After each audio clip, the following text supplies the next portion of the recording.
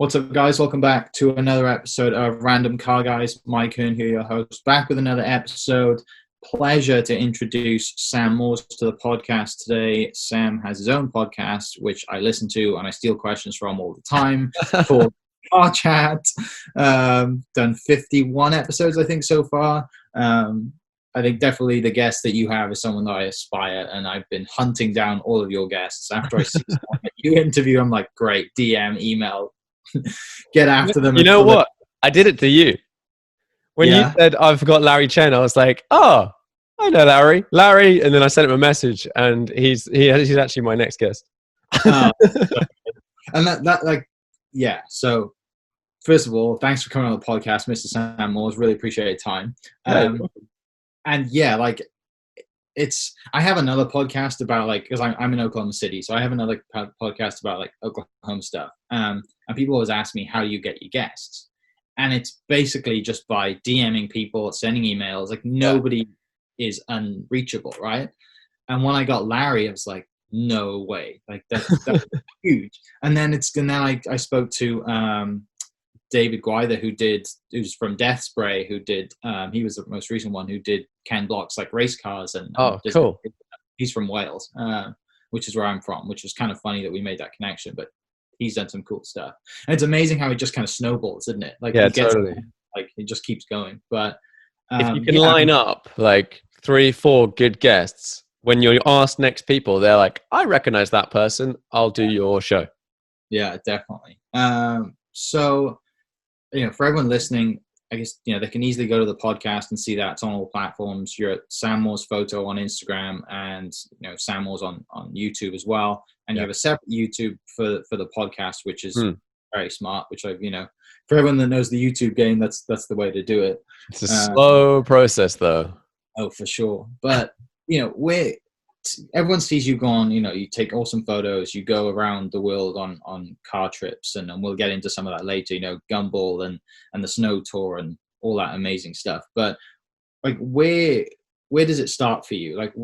What is cars when you're a kid? Are you born and raised kind of in London area? What's it back to the start?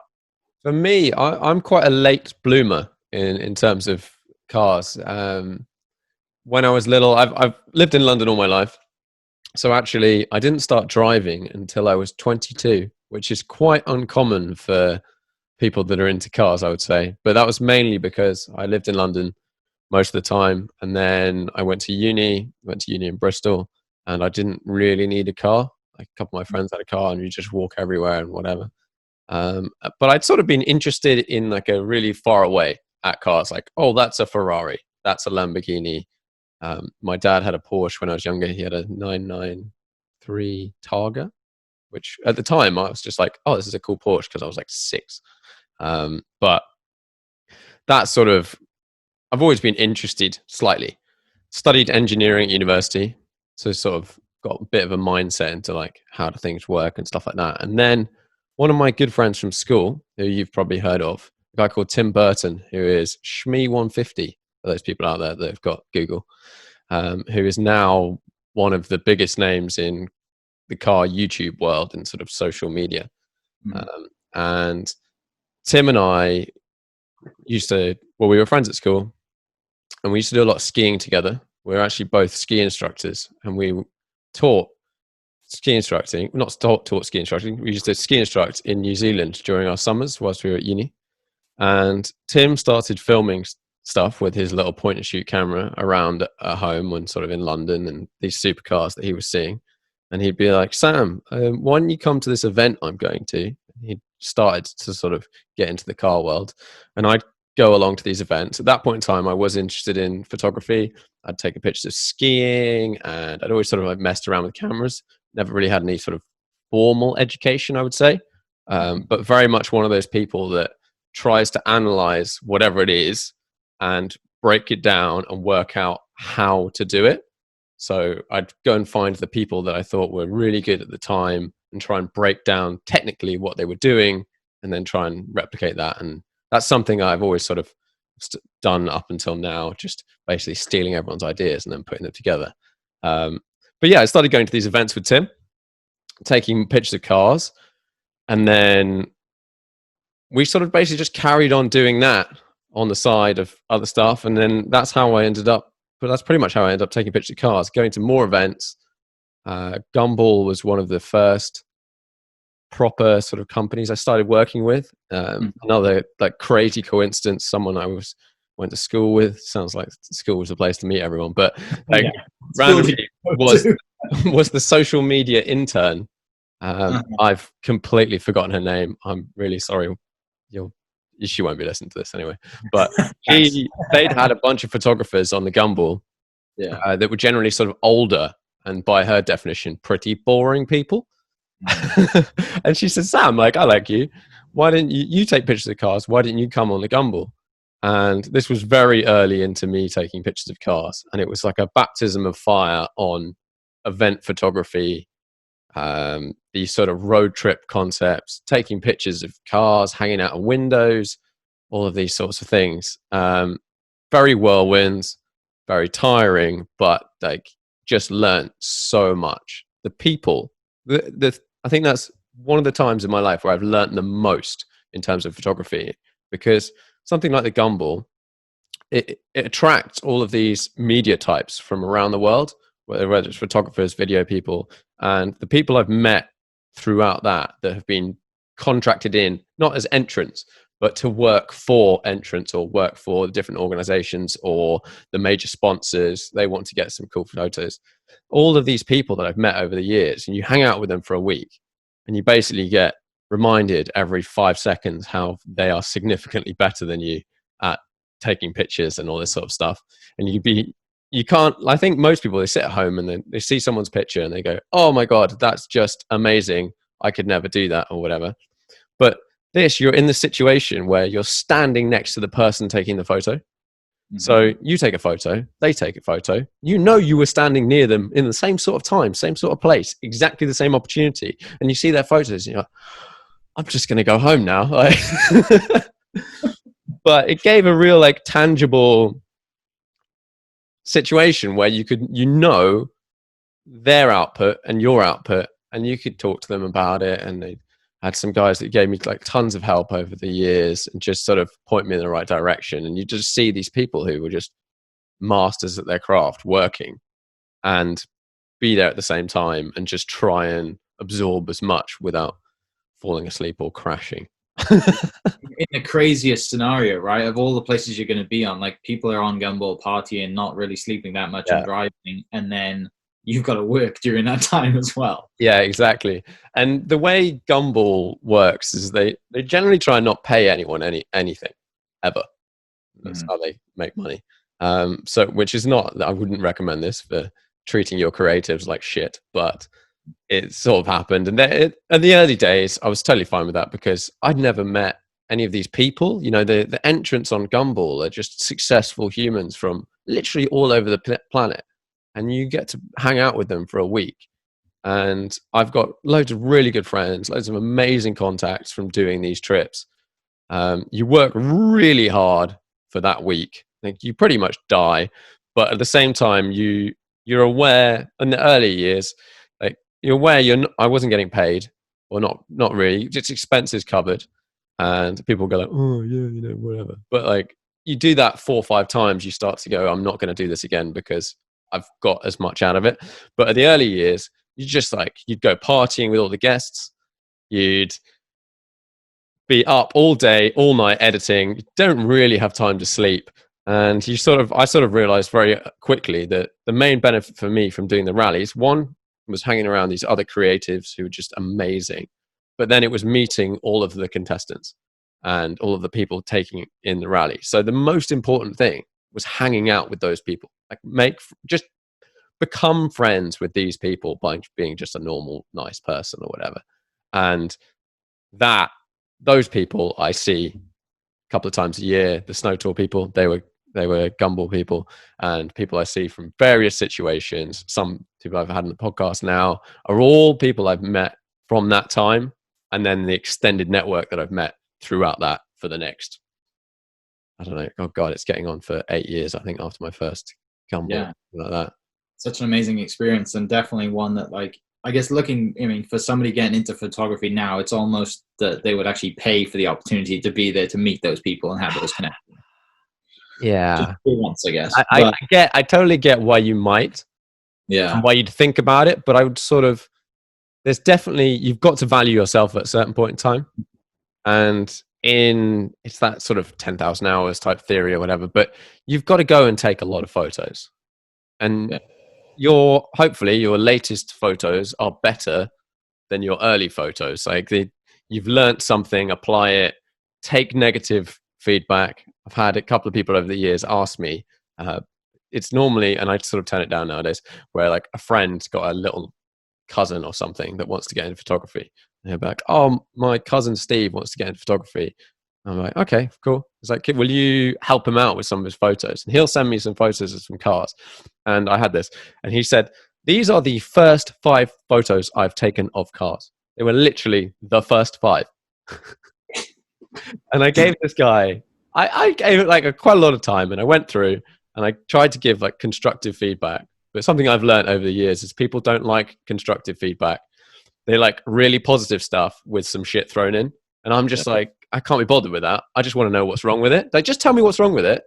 And then we can move on and just forget the ego. But I think it crushed this kid. I felt a bit bad afterwards, and he sort of threw his toys out the pram because I basically just said, like, you need to take more pictures, and these are things you should change about these pictures. And he just wanted me to say, these are amazing, and they weren't. yeah, yeah, you're right, and that's one of the things that I noticed from speaking to Larry about stuff was like, he's like, I was taking so many photos, and you just have to, right? He said, I don't care. Yeah. The one I think he said his I guess one of his most famous ones is not the Ken Block one at Pikes Peak, but the one at Sebring with Through the Lights, with the Corvette, and he's like, that's a 1 in 250 shot, like Yeah. photos just to get that one shot, and nobody cares now because I got it. But yeah, so that's kind of funny. But so when you go to Gumball and all that's going on, you're at school, you're traveling with Tim, and after you graduate or after you finish school, and like, are you thinking like, are you going to go event photography and go down that route, or are you going to use your degree and go to like get a 9 to 5? And like, I was very quickly ditching the engineering mindset. Like, it's still there, it's still in me. I still like techie engineering type stuff, but the more I was hanging out with people that were doing their own thing, so whether it's having their own businesses or that sort of thing, and just creative people. The thing about hanging out with creative people, I realized quite early on, is there's a lot more girls doing creative jobs than there are in engineering. And, and to start off, I was like, this just seems like a way nicer atmosphere. Everyone is having fun. Whenever you go to an event, people are generally having fun and you're part of it. Whereas the idea of sitting on a desk sort of got a bit out of my head. Although now I spend a lot of my time sitting at a desk like this, talking to people and then editing stuff.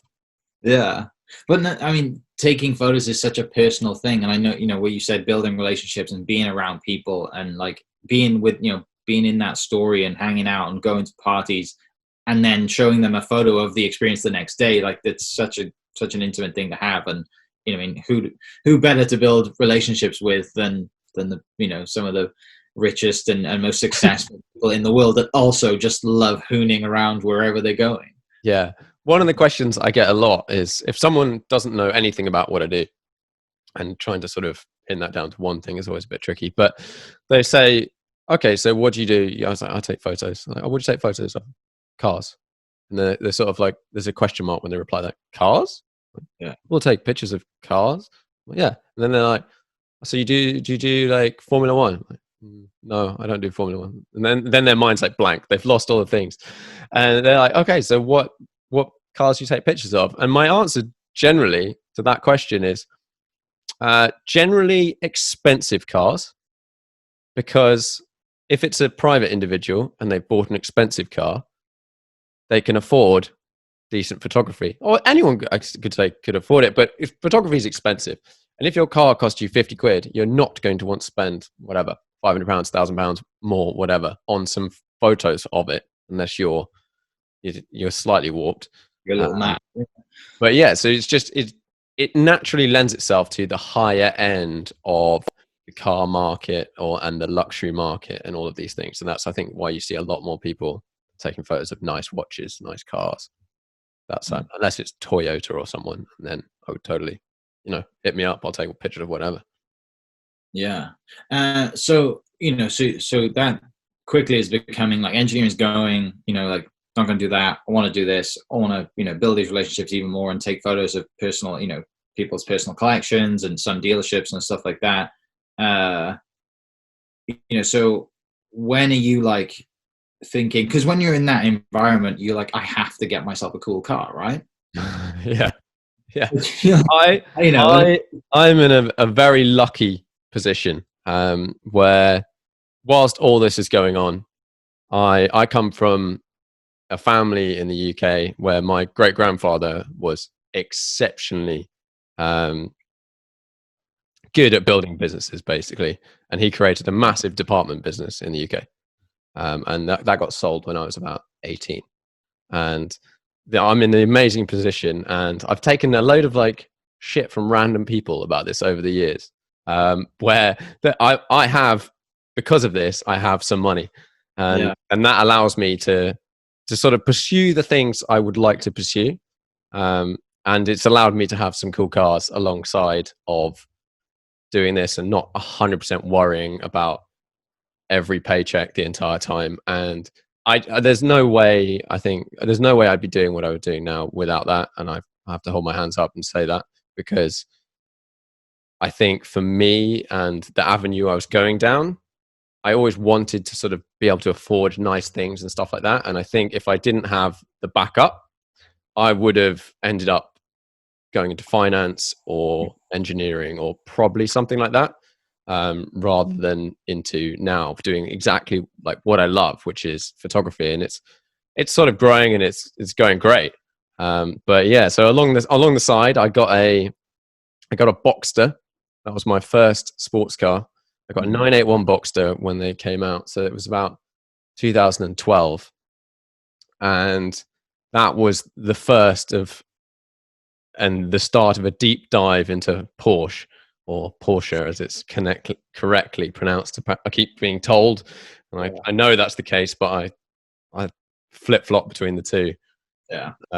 So, and then I think one of the reasons why Porsche has been one of these brands that I've felt such an affinity with is because of all the road trips I've been on. I've seen all of these cars being used, whether it's on track days or driving across Europe. And the Porsches are always the ones that are like the most practical. And not being most practical is not necessarily a good thing. Like, that's not a necessarily a good trait in an interesting car, but they never break down. They always work.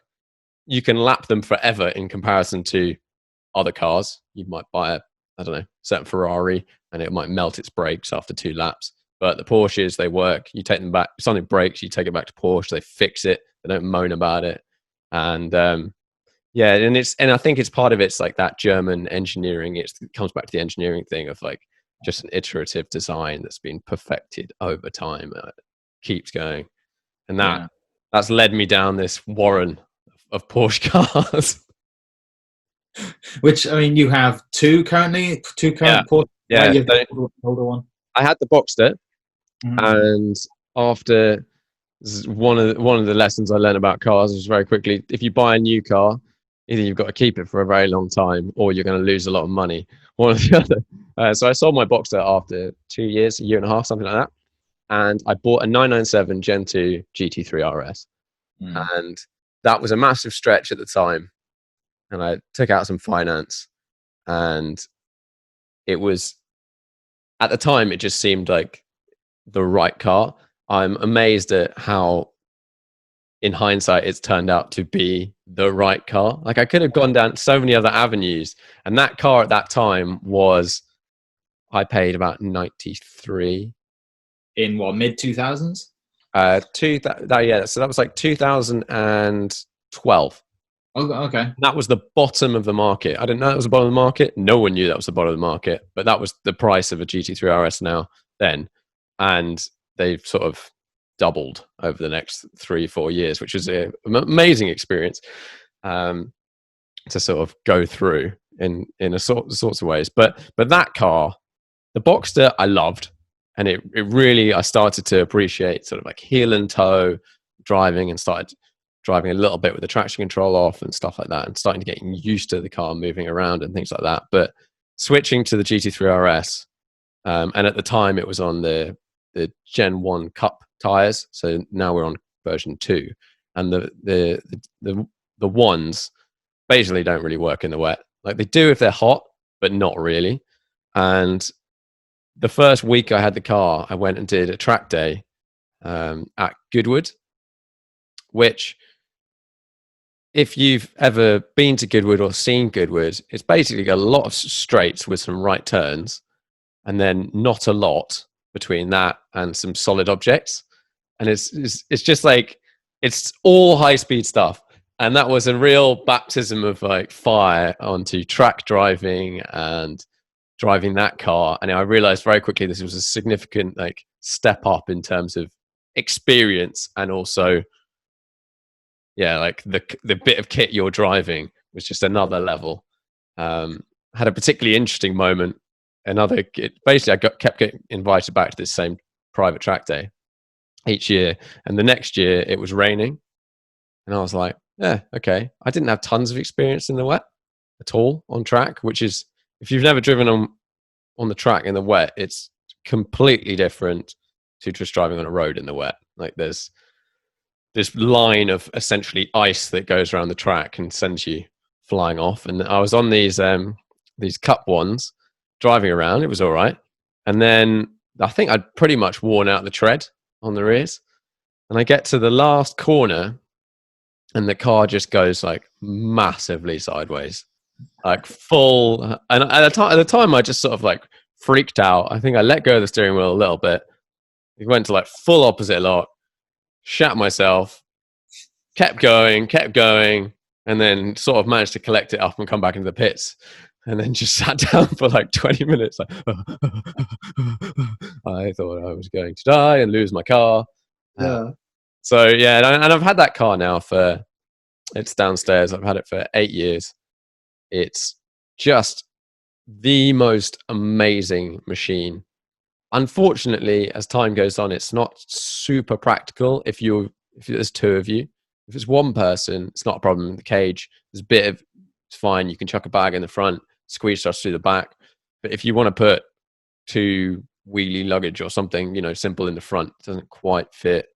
Can't put stuff in the back. It gets a bit. So when there's two of us, it doesn't get used so much. But yeah, as a driving experience, and I know it gets talked about a lot by different journalists and stuff as the 997 Gen 2 RS is like the one of all of the Porsches,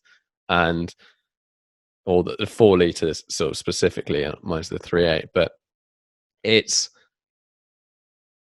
just the right level of raw, the right level of like, you can feel everything. The steering wheel like just bristles. You can actually feel stuff. If you drive a modern car with electronic steering, you can't feel stuff. People just go, oh yeah, it turns in when I want to turn in. Whereas this, you get this fizz through your fingers.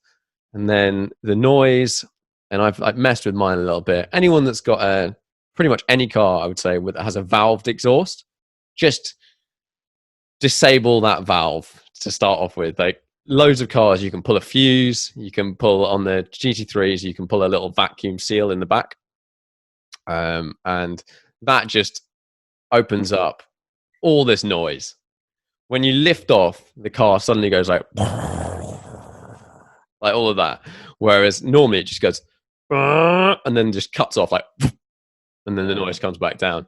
And then change the exhaust, put a Sharkworks bypass on it, I think, and it just sounds unreal. Like, it's like pure race car type experience. And actually, 8 years on, I'm starting to be like, maybe it's a little bit loud, but yeah, because you did Gumball, right? You did Gumball in it. That was an interesting story. I've actually done Gumball twice in it. Oh, okay. The first time, what happened? I was on with Team Galag, and I was taking photos for them, and it was the one that it was somewhere in the States, and it ended up in Ibiza. maybe like Miami. Miami. Yeah, Miami, Miami. Ibiza, something like that. And I started off with them taking pictures. And James, Mr. JWW, was on the rally as well. I met James for the first time in 2012. That's where we made friends.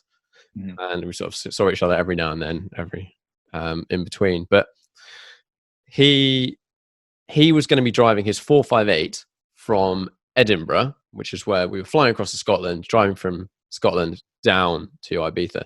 And I was going to, essentially, being the photographer for the Team Galag guys, they were like, we want you to take pictures of our cars.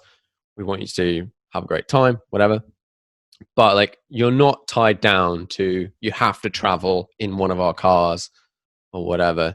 And James was friends with them as well. And so what the initial plan was, I was going to jump in with James in Edinburgh in his 458. His 458 got a puncture the day before. So we're all in America. He finds out it's got a puncture. He left it.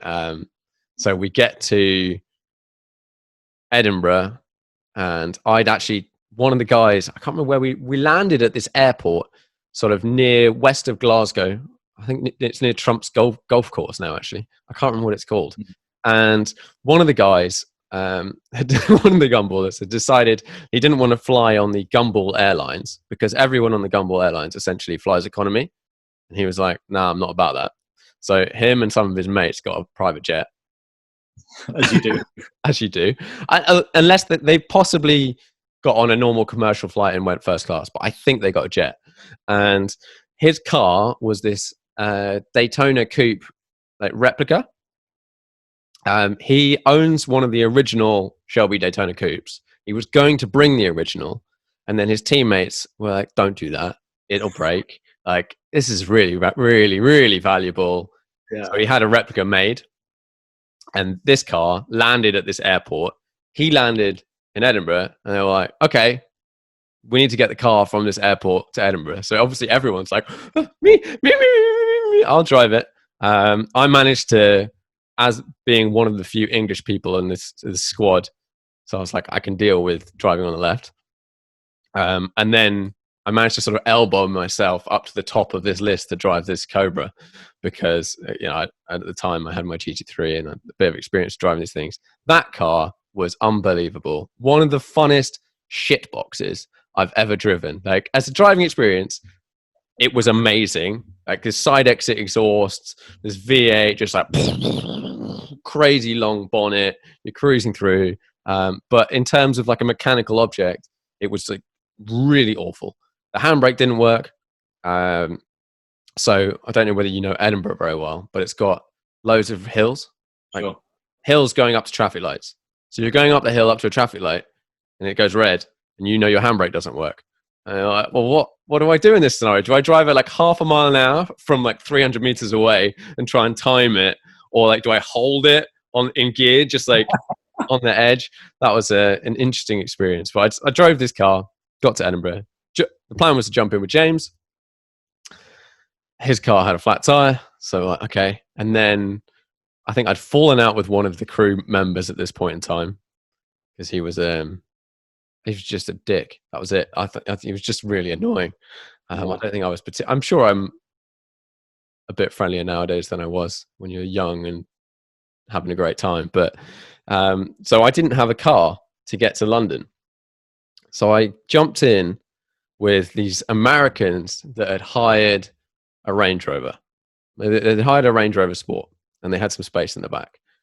But they'd never driven a right-hand drive car and they'd never driven on the left. So straight away, these guys are having the best time of their life. They're on Gumball. Woo! And we're driving out of Edinburgh and they're just all over the shop on the road. Like, haven't got a clue. They kept getting really close to the curbs on the left. Like, if you've ever driven on the other side of the road, you'll know, like, that's the problem. It's the distance on the other side of the car. And we kept in the back. It was me and Rich Walton. I don't know whether you've come across him. Yeah, he's from Wales, right? He's a Newport boy. Yeah.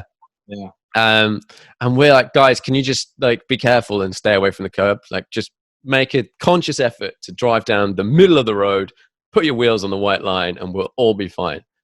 Well, 60 miles an hour. Boom, boom. both outside tires on the curbs. Like, that sounded a bit weird. I kind of want to go to sleep, but what's going on? I think I'm going to die. Anyway, like 20 minutes later, we're driving down the motorway, and I noticed the guy that's driving has got his like hands at sort of, well, the steering wheel was meant to be straight, but I would say it was like 11 and 3 or 10 and 2 or something. But the car's going in a straight line. I'm like, excuse me, is the car not driving straight? It's like, no, it's not driving straight, but it's fine. It's not fine, is it? This is not a safe situation. We pull over. It's got 2 flats or 2 slow punctures. So we spend the next, whatever it is, 5-6 hours to London, stopping every hour to put some air in the tires. Get to London. I couldn't run far enough and fast enough away from these people. Catch James in the hotel that night, and he's like, well, why don't we, like, my car's bust. I can't use my car. You've sort of been kicked out of the crew transport because you're not getting on with these guys. And what should we do? And this is like 1 a.m. or something, because on Gumball, there's this idea that everyone arrives and everyone goes partying. But actually, in reality, because of the distance involved, you often arrive so late. So you arrive at like 12 o'clock, 12:30, mess around for an hour, and then you might go to a club for like 5 minutes, and then you've got to go to bed and get up in 4 hours. Yeah. So James was like, why don't we take your car? I was like, that's an interesting idea. That is an interesting idea. So I talked to the other guys on the team and said, do you mind if we take my car? They're like, yeah, whatever. Yeah, why not? No, like, no biggie. So the next morning, I think I went back to my house that night, got the car, drove to the grid on Regent Street, that area, managed to get in, got some stickers, and then James and I drove from London to Ibiza on that trip, which was wicked fun. It was just great, like hanging out with these people, taking pictures.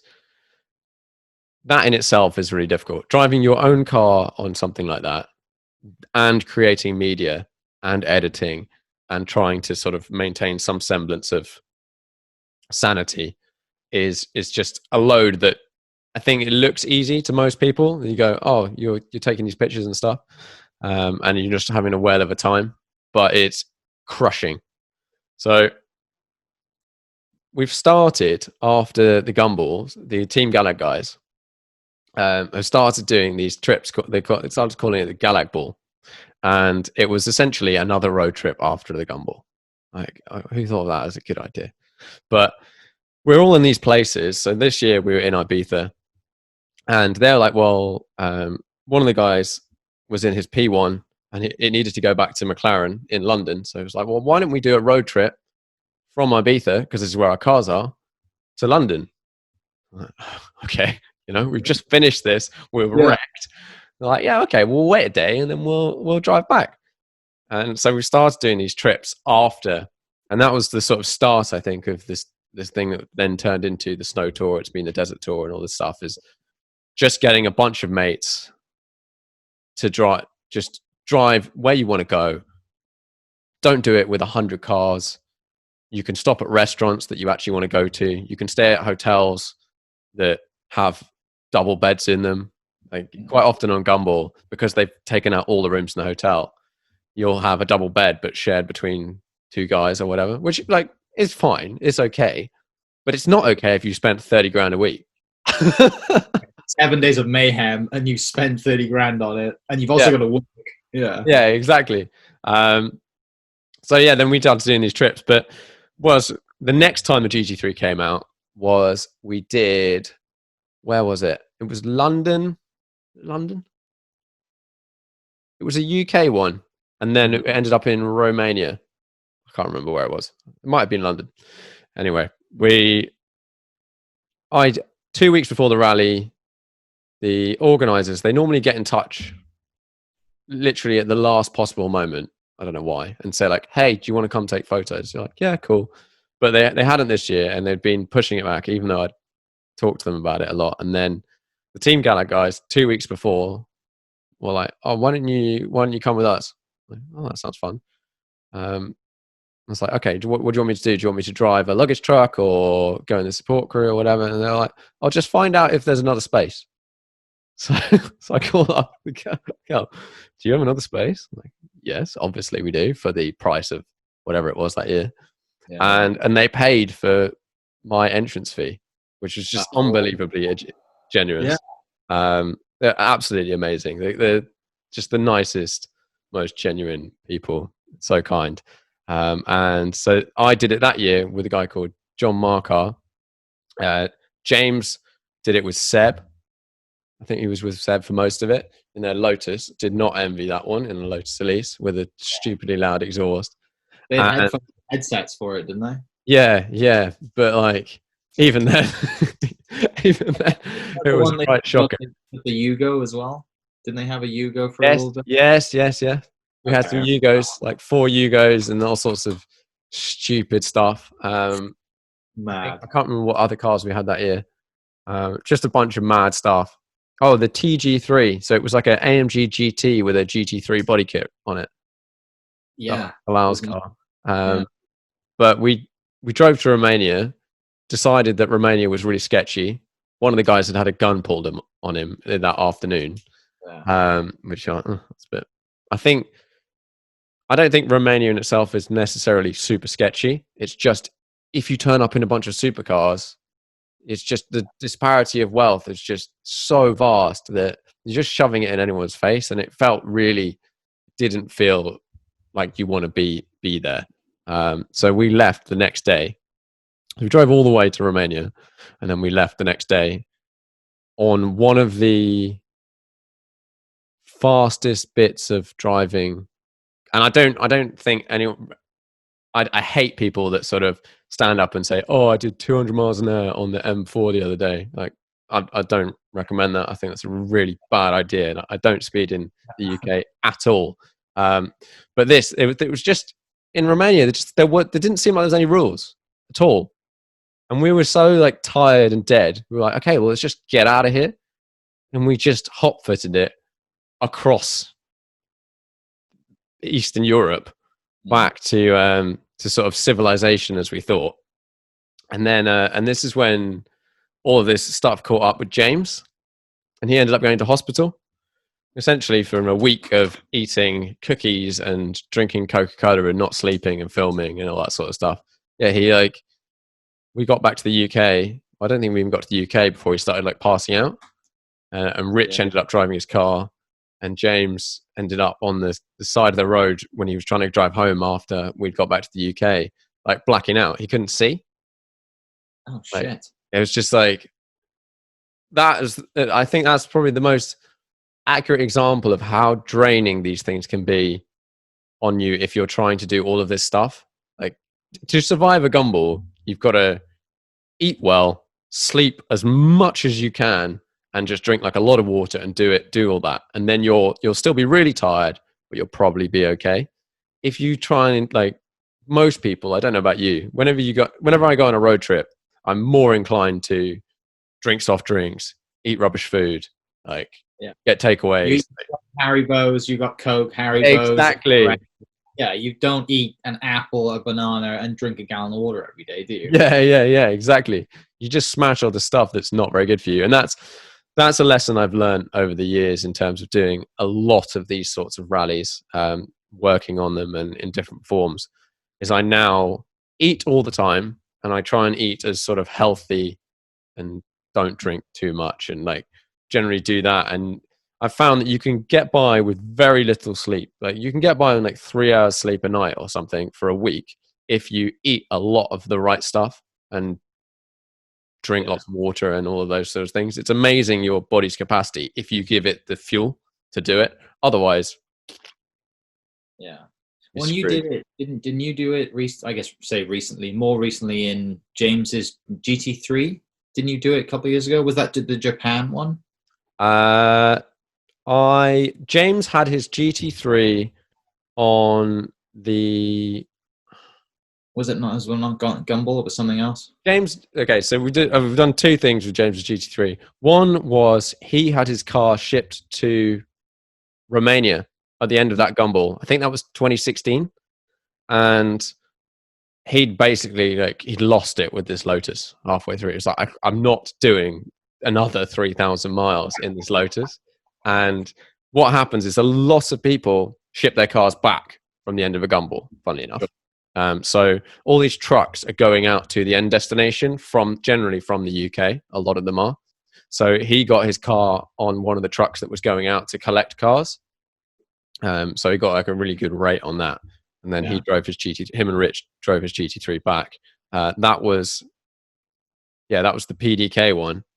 We did a trip with the Supercars Club Arabia from Italy. It started near Milan, sort of like Great Lakes. They call it the Great Lakes.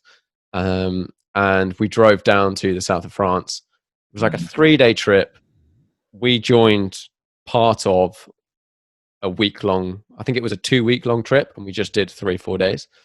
And that was wicked. Like, we just hanging out with a mate, awesome car, driving some amazing roads. There's the Supercars Club Arabia guys, really nice bunch of people, but they're quite often, they just kind of, on these trips, they're like, I want to get to Cannes because I want to hang out in Cannes. Sure. They don't necessarily like hang out in Cannes enough, apparently. So when we were driving from somewhere like Milan to Cannes, or maybe over 1 or 2 days, they wanted to just go the motorway route the entire way. And that we were like, well, we're next to all of these obscenely sick roads. Like, why don't we just go drive down some of these amazing mountain roads? So James and I, we felt bad because James was doing it with Michelin, and Michelin are the sponsor of this club. And so it was like, I don't want to leave them because Michelin might get a bit annoyed, but equally, I am meant to be creating some interesting content on this trip. So we've got to do something interesting. So we ditched the main group halfway through one of these days and just peeled off and just zoomed out on the map, found some wiggly stuff, and just went to that direction. And it was one of the best driving afternoons, days I've ever had, just hunting these amazing mountain roads, stopping. You're not in a rush. You're not with anyone else, so you don't feel bad about stopping and taking a picture and stuff like that. And I try and push it when I'm with groups to like make the effort to stop when you're somewhere cool and take some pictures and stuff, because it's so easy when you're on these trips just to be like, no, go, let's just keep driving, let's blah, blah, blah. But at the end of the day, you have the memories, but if you go, oh, I found this crazy little town up on this mountain and we've got a picture in it, and like you've got that picture and you can look back forever rather than just blitz through all of these stuff. Like, just take it in, enjoy it. Yeah, there's that. I think the video that James put out with you're in it, you like stop basically like on this hairpin just before the cloud base, and you were like taking a bunch of photos. And that for everyone watching this, I'll lay over that image and stuff. I'll find it later. And that's you're right. Like, I mean, and what a car to be in to do that stuff. Just hammering first and second in a GT3. yeah. I think that at that point in time, so James had the PDK, and he's since seen the light and got a manual. And I noticed that it just becomes that car in PDK, same as the RS of that generation 991. It's just an absolute weapon in that form. And you sort of focus less on the experience of driving, I would say, and more on getting somewhere. A bit like if you're driving like a 911 Turbo, something like that, something that's just got so much performance, you just focus on like the end. You don't focus on the drive. I did a drive recently with a friend of mine has a 720S, and we went down to Goodwood, and it was the first day or the first weekend that you were allowed to go for a drive in the UK after all this lockdown stuff. So we went down to Goodwood just to sort of go for a little blast. And there was a lot of times when he was just like zipping off. Just 720 is just unbelievably fast. And then I'd eventually catch up with him, and there was another guy in a 430.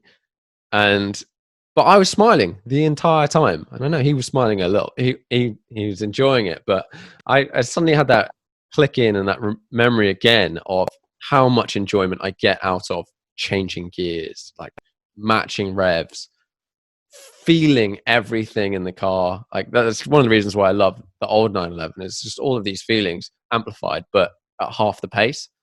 Yeah. And it's very easy to just get drawn into going faster and faster and faster. And on the road, like, what the hell is the point? I've lost it all. Like, it's nice every now and then to get in something quick and push that button. But once you've gone fast once, you've gone fast. Like, it doesn't matter. You can now get in a Tesla Model S and it will beat any supercar to 60, pretty much. Like, yeah. So you're having a supercar that's crazily fast at the cost of having an experience. I don't get. Doesn't make any sense to me anymore. That reminds me of the video you did with that caterum in the wet. Oh, so good. That's quite a random video for those people out there. I did a video with a Caterham 310R, and it was the first time I've driven a Caterham in a while, and it was the first time I think I've driven a Caterham on the road. The R has like a sort of a more stickier compound tire, more sort of track biased, which means it's worse in the wet. And yeah, I had this car for the day and it was raining, and I just picked it up from Caterham headquarters and knew I had the afternoon, basically. Oh, I think I had it for the weekend, but I picked an afternoon, went for a drive, just zoomed out on Google, found an area that looked like it had loads of wiggles. Yeah. And went I found these tiny roads, like really small little 2-lane roads, and it was muddy and raining. And I would put this drive down as like top 5 of all time, like my experience fun in a car driving this Caterham. You just start to build up your confidence with it, which is dangerous because then you just start taking liberties, like, and just chucking it around everywhere, left, right, and center, every roundabout. I don't recommend driving like that at all, but driving that car just pulled it out of you. And 310, the naming of the Caterhams, the 310R is the brake horsepower per ton. I think my GT3 RS is 340, something like that. But yeah, the Caterham weighs 500 kilos and it's 152, I think, horsepower, something like that. And just flipping your own gears, chucking stuff around, getting wet, like all of that stuff just added to this experience. And it just took me back, like just takes away all of these. I've been lucky enough to do loads of amazing things in cars, and I've driven some amazing cars in some amazing places on some amazing tracks. But like a Caterham in the wet on a small British B road is way up there. Just like no driver aids. Yeah. Such a good video. From a production perspective, it's probably not a good video because like you have a GoPro, you have like a microphone, the audio is not great because you're outside. Yeah, it's sitting down with rain, but just the enjoyment on your face and the sound of the car just for a second sideways on muddy like lane, British B-road, whatever it is, like it's a private test track. That's what it was. So you mentioned like once you've gone fast once, you've kind of done it, especially on public roads.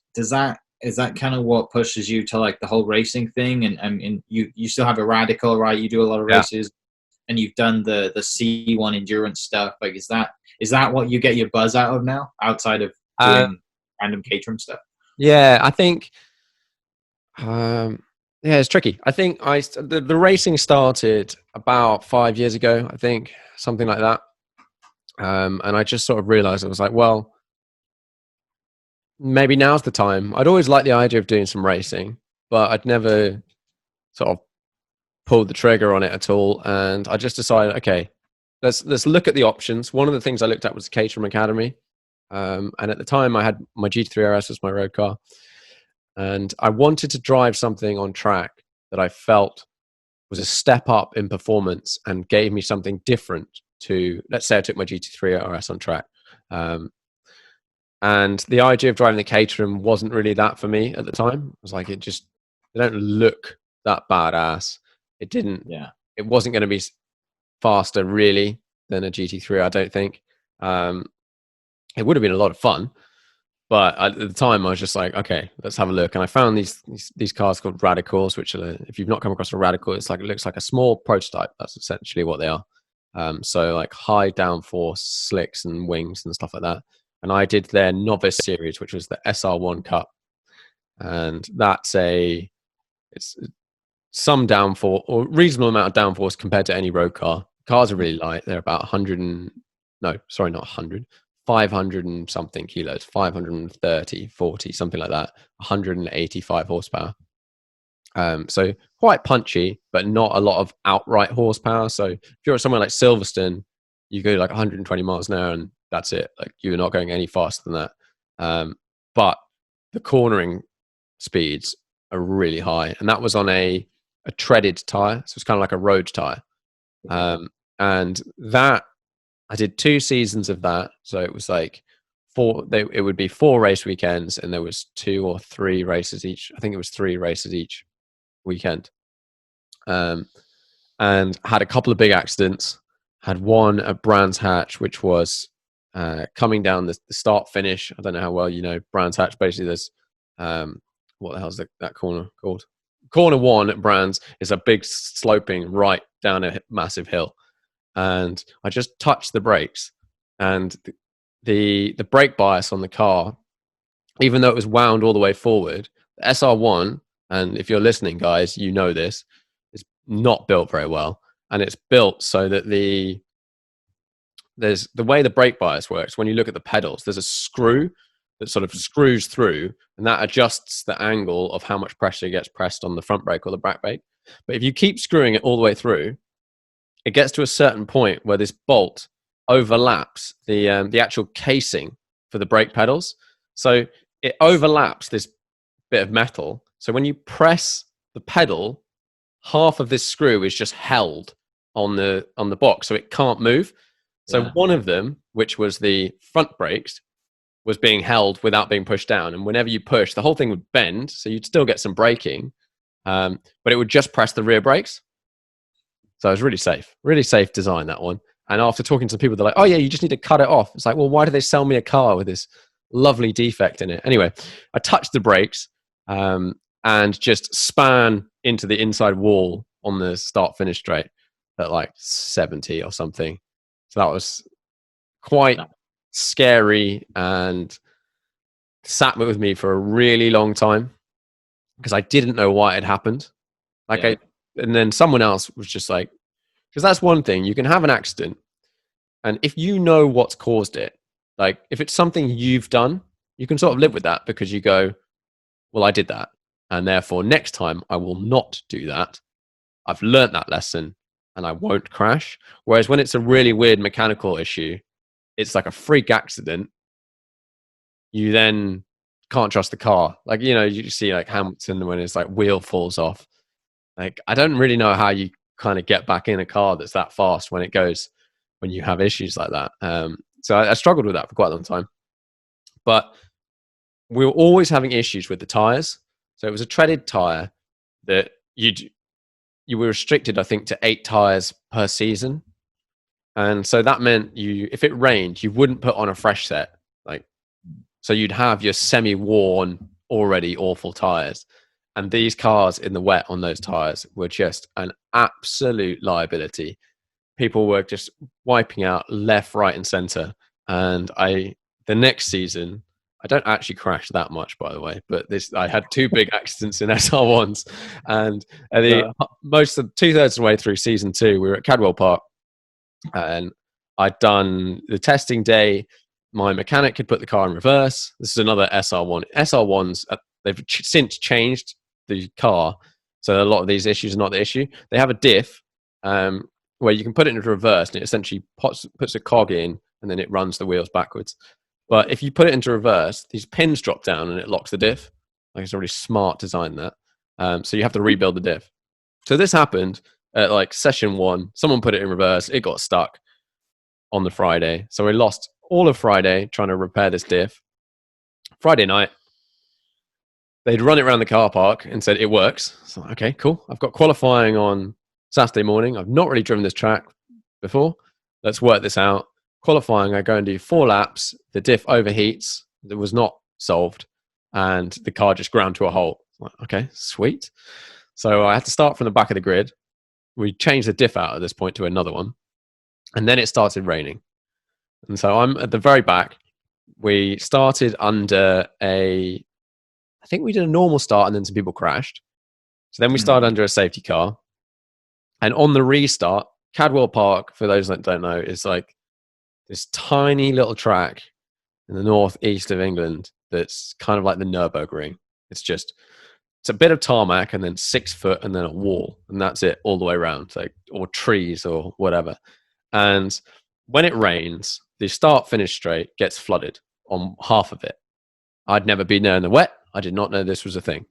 On the restart, we're driving around and you're open top cars, and the cars in front, they have quite big diffusers, so they just kick up a wall of water into your face. And it's funny when you watch some of the onboard, because it literally looks like on the onboard, and it's worse when you're driving. Someone's taken a fire hose and just pointed it at your face and just gone, and that's it. You just have this wall of water in your face, so you can't see a thing. And you're like, well, I want to go down the track. I'm going to keep my foot in it. This is fine. I roughly know where I am.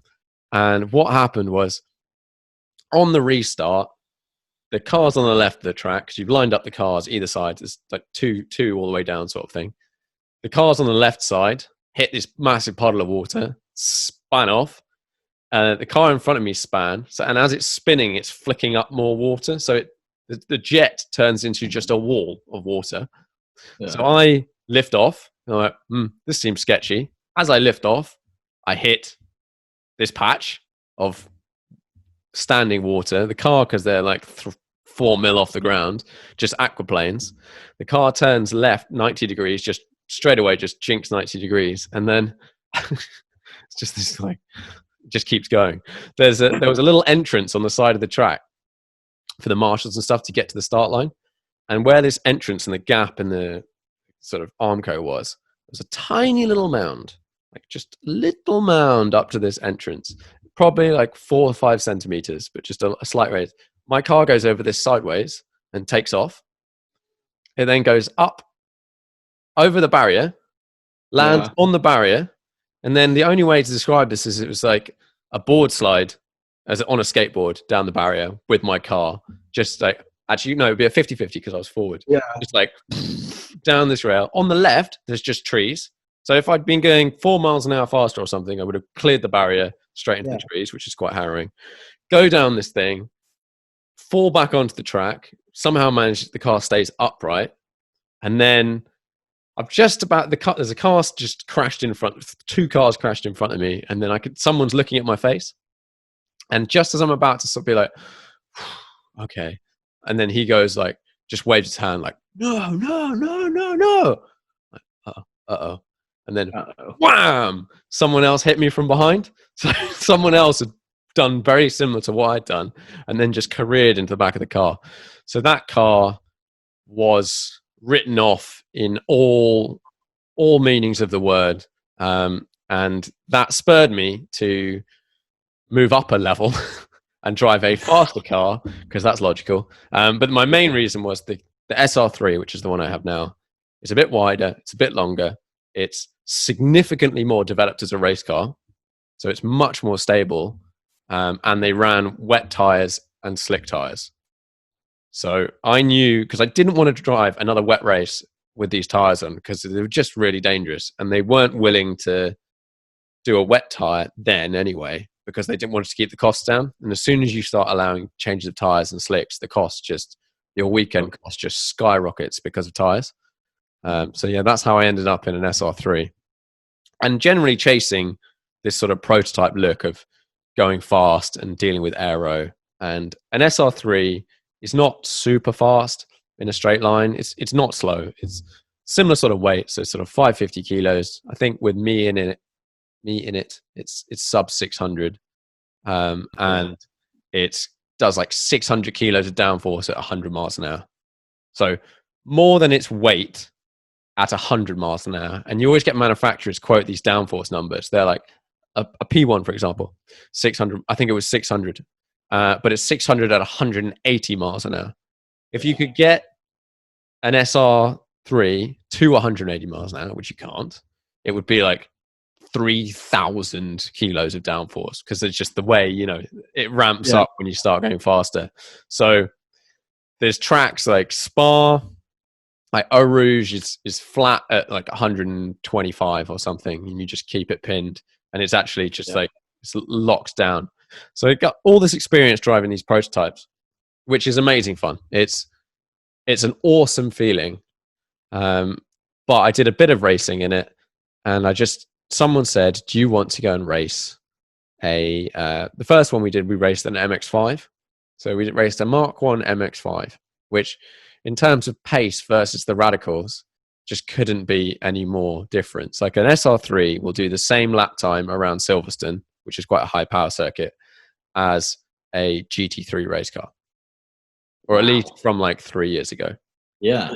So an SR3 will do 202, and a GT3 car used to be 203, 204. I think they're now just about 2 minutes, which is kind of bonkers, because they're like these little kit car things. But we went into this MX-5 racing, and I had a hoot. Like, I had just one. You just get punished, because these guys that race MX-5s, there was a lot of really good people doing it, and they knew their car super well, and you just didn't have any horsepower whatsoever to make up for small mistakes. The Radical's not too bad. And just, people are just driving away from you, and you make all these excuses. You're like, oh, my car must be at least 1 horsepower down over yours. And then the next one, the same group of people, we did the Citroen C1 race. And so we'd been doing a bunch of the sprint races, and we're like, well, why don't we try an endurance race? Because it's a lot more driving. So you get a lot more for your time in terms of like your weekend. And then it seems cheaper. So we did these Citroen C1 24-hour. The first one we did was at Spa. And I got a couple of friends. We got a group of 5. We get in these little C1s. I've got a whole new respect for any little town car I see around town now. A little C1, I'm like, oh yeah, you're quite fun on the track. And they're just basically a Citroen C1 that's been stripped out, and that's about it. And it's just on some tires, job done. Tires cost like a tenner each or something hilarious. And you bang around Spa. And our first year, we came 8th, and we were in the top 5 for a lot of it. And we sort of were like, oh, this is quite easy. What are we playing at? And then it's sort of gone downhill from there. Essentially, we were quite lucky, and we've had all sorts of incidents and mechanical issues racing. But racing with 150 cars on track versus in the Radicals it was like 20. Racing like 150 cars on track, everyone racing flat out. The cars are not worth very much money. Fixing them is really cheap, definitely for racing standards. And we just had the biggest smiles the entire time, because you're having battles with, however slow or fast you are, you're having battles with people all the time. And at the Spa 24-hour, there's 3 class of cars. So it's sort of like your own little mini Le Mans. You have these 2 CVs that, they really are slow. They can't keep up with the pace car. The pace car's driving 50 kilometers an hour, and they cannot keep up. So we had this issue where they told us you cannot overtake another car under the safety car, but people were overtaking the 2 CVs, and you'd be like, oh, that's a bit unfair. Last year they changed it. They're like, if it's a 2 CV, you can't overtake a car under the safety car, but if it's a 2 CV, you can drive past it because they're too slow. Because there's pointless them being there. Because you have the 2 CVs hooning around, and then you've got all these C1s, and then you have these like prototype 2 CVs. So people have taken them and then just gone mad with them and put different bodies on them, messed with the engines, different exhausts, all that sort of stuff. You have 3 speeds of car, and driving with a couple of speeds of car on a track is amazing, because you're overtaking the slow cars all the time. You're fighting with the people that you're fighting with. You're catching up with the slow guys in your own group. And then you every now and then have to watch out for someone that's 30 seconds a lap faster behind you to deal with them coming past and drafting and stuff. And I cannot recommend that racing enough. Having done some, I would consider, pretty expensive racing, not by GT standards or anything like that, I get a lot more kicks out of racing in a Citroen C1 than Radical. So I've still got the Radical. I still drive it occasionally because I want to build up my skills driving something with high downforce. Mhm. in case, you know, some freak situation happens where someone's like, do you want to drive a F1 car or an LMP2 car or whatever? Like, it's nice to have some experience in that category. But racing wise, I've just gone, what's the best bang for buck that has the biggest grid and that looks like it's going to be the most fun? And endurance racing is definitely the way to go.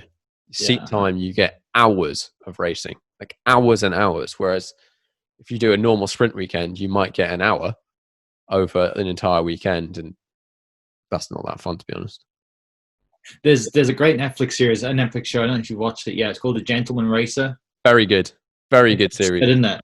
Yeah, I watched that quite a while back and thought that's so awesome. I mean, is that a goal for you, or would you rather go down like the kind of Goodwood revival style, like racing the old stuff there, or both? It's a very good question. I think there was a time, if you'd asked me a year ago, there was always a goal of doing a GT, maybe a GT season at some point in my life, or some kind of GT3 racing. And I think I would still like to do a GT3 race. Maybe. No, I would like to drive a GT3 car at some point in time. So I'd like to do a GT3 test day at some point in time just to experience the car. But in terms of the racing, I don't think the racing is necessarily, it's not any better than you're going to get in your Citroen C1. Your car's faster or whatever, but the racing's not going to be get better. In GT racing, you get a lot of people, and you get it in all categories, that have too much money. Like, relative to what they're doing, and you seem to come across people that just don't care about other people. And no matter how much money you've got, if you damage someone else's car, they have to pay for it. And unless you're going to turn around and pay for their car, which basically never happens, like, you've got to be careful of other people's stuff. And there are people that just don't give a shit about other people on the racetrack. I've seen it a lot on test days where I'll be testing the Radical, and we'll have I did a video about this. There were some GT3 Lambos driving around, taking, I would say, undue liberties for no real reason. Like, it's a test day. Like, no one's winning, no one's losing. Just don't hit someone else's car. And you saw a lot of that then. I think different series are better than others for it, but I'm not interested in the slightest in being involved in that. It's so expensive. Yeah. I've obviously, it'd be cool to race at Le Mans sometime, but I don't necessarily. My dream would be to somehow work all of the social media and the photography, whether it's a podcast and whatever, to get to a point where someone says, oh, and also you have race car experience. Do you want to come and drive our BMW at the Nürburgring or something like that? Like, you see it with journalists. It happens occasionally. That would be an amazing opportunity, like, to drive something like that. Basically drive on someone else's dime. That is the dream. Is that kind of what Sam Hancock does?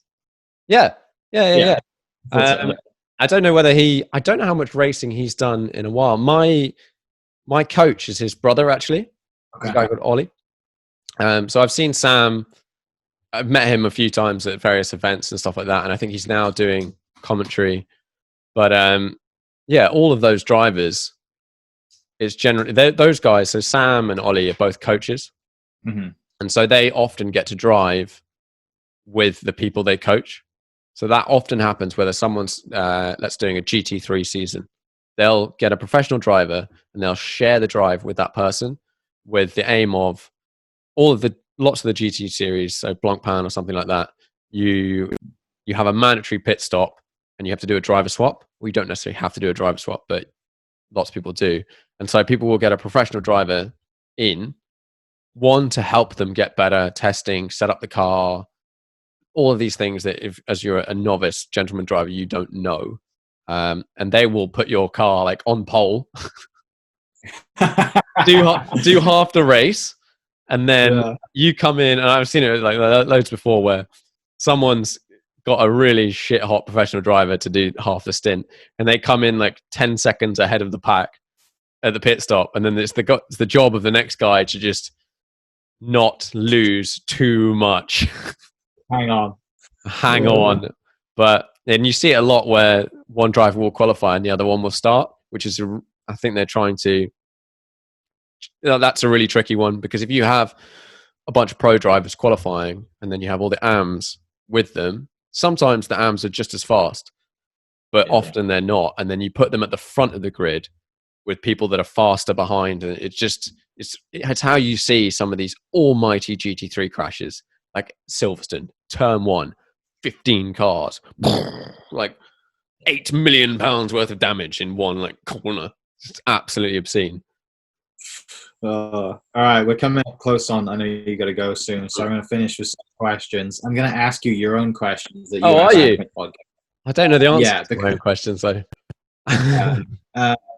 And I was like listening to, like we were talking earlier, and I listened to the one with Jens, and it's just so good. The most recent one you did with Jens from cool dude. Such an just very interesting character. So I think in that one though, I'm going to ask you 5 questions, and you're going to ask 4. I realized afterwards, I was like, I forgot the first question, which was, what's your most memorable driving triple journey? Yeah. So I mean. Let's do it. What is that most memorable driving triple journey? First snow tour. So the guys who I met through Gumball, these Team Galag guys, Talal and everyone, decided to go drive in Norway and Sweden in the winter in a bunch of cars that you would normally not do this in. And that first year, I took my old 911, so it's a 1978 SC that's been backdated to look like a ST. So it's had a few things messed with. It's stiffer. It's got decent audio system. Blah blah blah blah blah blah blah. A bit more power, all that sort of stuff. And put it on some winter tires. Put some lights on the front, so because I know it's snowy and the lights suck on old cars.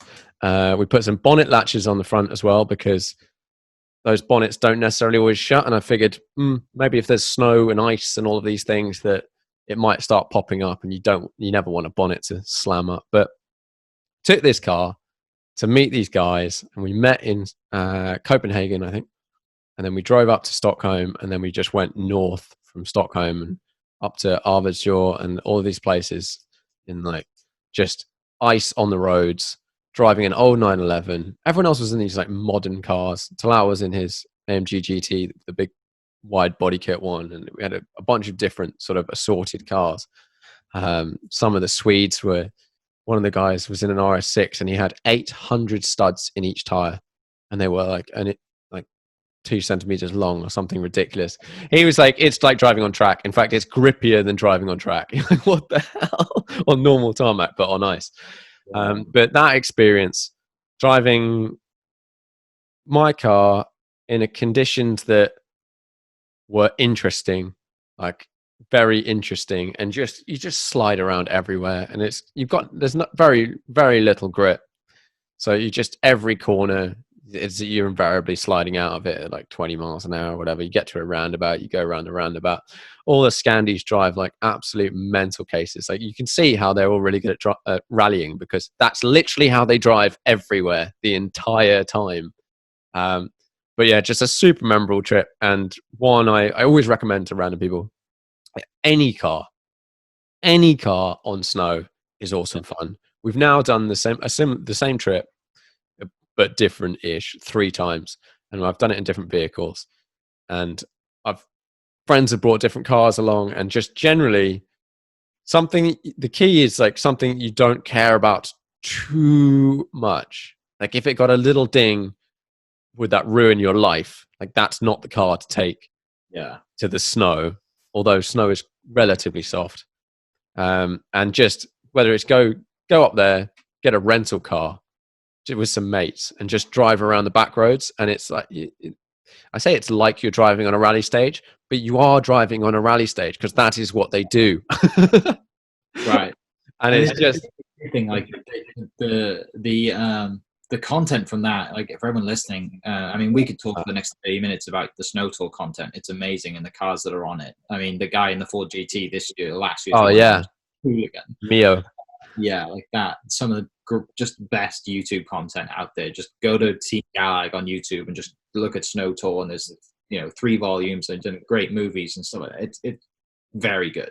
That's awesome.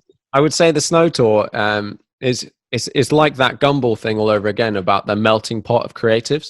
One of the things they've done amazingly is, and because of we've met all these people, and over the years we just get this crazy bunch of filmers and photographers on these trips, and it's definitely photographer heavy in terms of the people that go on it, but in kind of a good way, because each day is like this battle about who can create the coolest shot.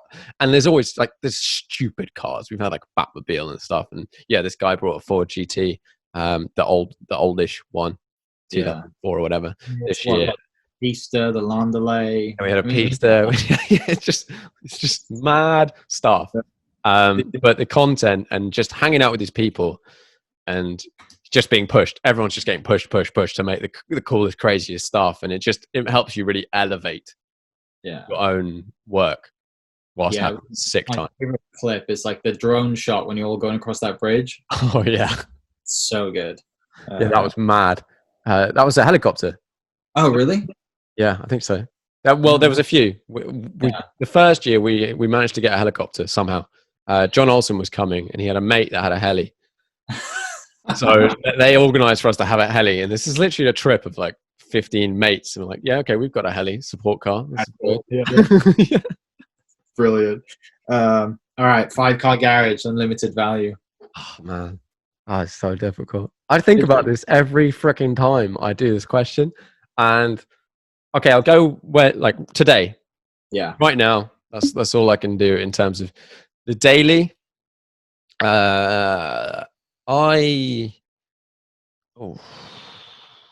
Geez, man, this is a difficult question. I would still probably have my S4, actually. I would have the current one, the newest one. Maybe. I don't know. Yes. No, I'd have an RS4. I'd have an RS4 as my daily, and I would forget about the increase in petrol costs, because I'd still want a petrol engine. I don't want a diesel. I would appreciate the extra range and fuel mileage, blah, blah, blah, blah, blah. But it's a cool car. It's small enough-ish width-wise for driving around town. RS6 is quite big. It makes, if you go through a width restriction in an RS6, that's it. You're having a really bad day. So that the 4 is a little bit narrower. So that's the daily. Fits into my life quite well. It's not too in your face. And then I'd have some sort of classic car. I would have an old 911. I'd struggle to say whether at the moment I'd probably still keep my I'd get rid of it. I'd get a roof. I'd get some sort of roof, classic, restored thing that's been messed with. So like I don't think 964 based. Before then, I think ideally they do some of these older cars. They're unbelievably expensive, but I used to love Singers. Mm-hmm. I still like Singers, but I keep hearing not good stuff about them from people that have them. Just build quality issues, reliability issues, the sort of things that you don't see from the impeccable finish and stuff like that. Sure. This may have changed by now, but I keep hearing those sorts of issues, and it puts me off. The idea of having a car that might not be reliable or that you might have issues dealing with puts me off it, unfortunately. Although someone I know has got one recently, and I'm gonna have a go as soon as we're allowed 2 people in a car. I'm gonna force it. So yeah, like an old roof 78 based thing. That would be my classic Porsche.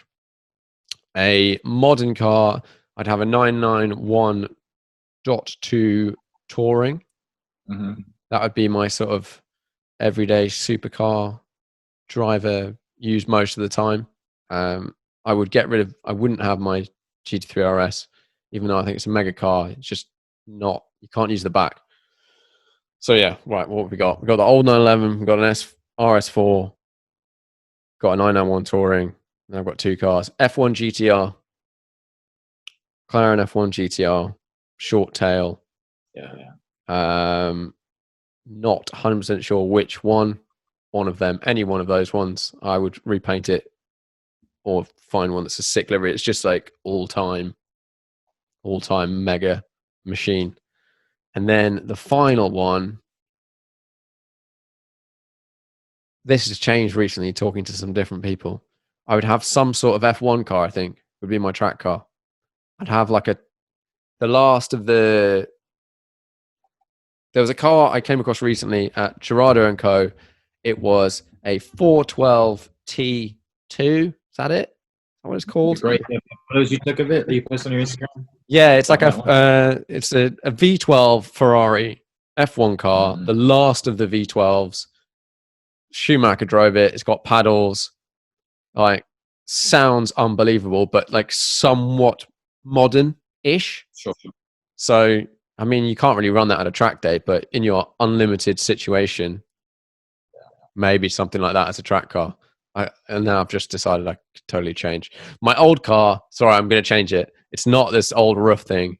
I'd have like a 3-liter RSR, the old race car that is also a road car, because it's a cool road car. It's fun to drive, but you can do all of the events in it. You can do Tour Auto. You can race it. You can do the millimeter, like whatever. You can do everything. I don't know whether you can do the millimeter, but you can do a lot of racing and general road events in that. There we go. That probably took like 20 minutes, isn't it? One car for the rest right of now. Today, yes. 991.2 Touring. And this has literally changed in the last week. I would have previously had a Singer or something like that. But no, I want the modern tech. I want the modern safety. I don't want to have a crash, break my face on a steering wheel. I'd like to have an airbag. And in touring form, I feel like they fit into normal environment without having that big douchebag wing on the back. And you've got the space without the cage in the back. So that if I could have seats in the back, I'd even probably have seats, but you can't do that. Yeah. Most undervalued car right now. Oh man, I've heard some really good answers to these questions. I still think that and they're definitely not cheap. I think the sort of modernish GT race cars, so like 997 RSR, 996 RS, the Corvettes, all those sort of things from that era. Not the Ferraris. The Ferraris are mega expensive, but if you compare it to in the racing world, the older cars of exactly the same things. These are cars, whether it's like, the GT1 cars, like 996 GT1, CLK GTR, there's like 5 of them. Or like a Porsche RSR, there's like, I don't know, 20 of them, maybe. And people go mad over a 4-liter GT3 RS that there's 500 of. This is a race car that went to Le Mans, and there's 25 of them, and they're currently the same price as a 4-liter RS. Now, I know you can't use them on the road, but still, for an investment purpose. For an investment purpose, and you could go and do some classic events that would be very expensive for the day, but it's a different experience to driving a Porsche RSR down the Mulsanne Straight. For me, is like really up there bucket list stuff. So what are you Googling? What's interesting to you right now? Okay, it's the 911 Touring, just because of this week. I'd sort of forgotten about it. Essentially, I'm moving house at the moment within the next couple of weeks, and I'm going from 1 garage space to 2 garage spaces. Okay. As we've stated before, I still have more cars than will fit in these 2 spaces. But it's made me think about, okay, if you only had 3 cars, what would they be? And like, what would you get rid of? And all that sort of stuff. And would you still have your Radical? And la, la, la, la. And it's completely shifted, and I just don't drive the GT3 RS that much. I love it, absolutely love it. But if you're like, you can only have 3 cars, 2 cars, or something like that, it doesn't get driven. And if you don't drive it, what's the point? So do you just swap? Do you just swap it? Considering for touring? Yeah. The order it would go. I don't know. We haven't mentioned this car yet, but the F40 is holding off on that one. That would be the first one. That's the first one to go. It's an absolutely phenomenal car, but it's too expensive for me to have fun in. And as you've seen with the Porsches, for example, I love using them. Like, I love having a car that's of a value where I'm like, I would take this to Sweden and go and mess around in the snow. And like, you get all those memories. Like, someone said this to me like a week ago. It was like, find me someone that's got memories of a 0-mile car. Yeah. Like, you don't have that. And when you invariably sell the car at some point in time and you've kept it because it might be worth something later, it's not worth it. And the car for me is now too expensive to really, really use. Yeah. And yeah, that would probably go first. I would then get a 991 touring, and I would, within 3 months, just make a decision whether I was going to keep the RS or not. That would probably, and then let's say the RS goes, and then I want some sort of convertible. So I've been looking at like cheap-ish convertibles, like 987 boxes and stuff, because but then I don't want to have 3-4 Porsches. That just seems weird. I do love the brand. It's weird. Yeah. The new GT4, what is it? It's not, is it the Speedster? Yes. Well, there's 2. Okay, so there's the 988, the baby. There's the Speedster, which is the 911, and then there's the baby one, which is the 718. Is it Speedster? Something like that? Yeah, I think it's not called Speedster, is it? Called something else. Spider. That's Spider. 718 Spider. That would be a wicked car. Yeah. It'd probably hold its value reasonably well. Awesome. Well, yeah, I'm pretty proud of myself for lasting until the end of the podcast to mention that Sam has a blue F40. Yeah, it's blue as well. A couple of videos of it. Yeah. I think of one of you at Caffeine and Machine just having a great time. Oh, yeah. Yeah, I got all sorts of shit for making that video. Like, whenever you do something, I'm very wary about not filming anything that's illegal. Like, really making a conscious effort to not film something that's illegal within say a bit of margin. And a head cam, or I think the camera in the F40 video is in my mouth, actually, because it's slightly a better angle. If you have it really high, you can't see forwards. That in that car, it looks like you're going 500 miles an hour when you're going 40. Like, it genuinely does. And the amount of comments that are like, you could have killed someone, you could have done this, like, you're speeding. And honestly, it's a 60-mile-an-hour limit on that road, and the max I must have gone was like 63 or something like that. Just literally like blat, and then go back down to like 20, and then hoon again. And the suspension's all jiggly, and the boost comes in, and the wheels light up, and all this sort of stuff. But I'm not driving it. I'm driving it within how I feel comfortable. Yes, pushing it a little bit, but not crazy fast. But the video looks mad. Yeah, you're right. But no, we're ran late. I don't want to take any more of your time, mate. This has been awesome. I really appreciate you taking the time to come on and share some stories. I know, being a guest on a podcast is totally different to being, the host, and it's much easier being a host, I think, than being a guest. But I really appreciate your time, and I'm looking forward to seeing what spec you get for the new touring. Yeah, well, I found one yesterday, and this is what sort of pulled it off. And it was the first one I'd seen that had any miles on it. So all the ones you see on the internet for sale have got like 1,000 miles, and therefore they're priced stupidly. And I don't want to buy one with 1,000 miles. I want to buy one with like 15,000 miles and put 25,000 miles on it. So we'll see. If I do end up with one, I think I will paint it, because I don't like any of the colors on the current ones. Yeah, there was the one out here. I went to a car show recently because in the States, car shows are open and people are running around like nothing ever happened. They don't know what COVID is. And there was one in chalk. There was a chalk-colored one, and everybody walked past it because they just thought it was a normal 911. Yeah. I kind of like that. I quite like that. I like the fact that it's not so in your face. But thanks very much for having me on your podcast. Yeah, mate. It's fun. It's been weird being on this side.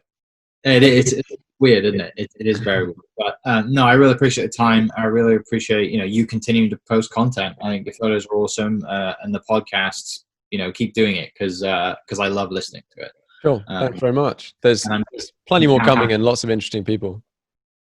I'll look forward to hearing the one with Larry. I'm sure you're going to talk a lot of photography, kind of nerd out on that. That's the plan. But mate, really appreciate your time. Thanks for everyone listening. Go follow Sam on Instagram at SamWallsPhoto, and then follow us as well at Random Car Guys, and we'll catch you next episode. Cheers.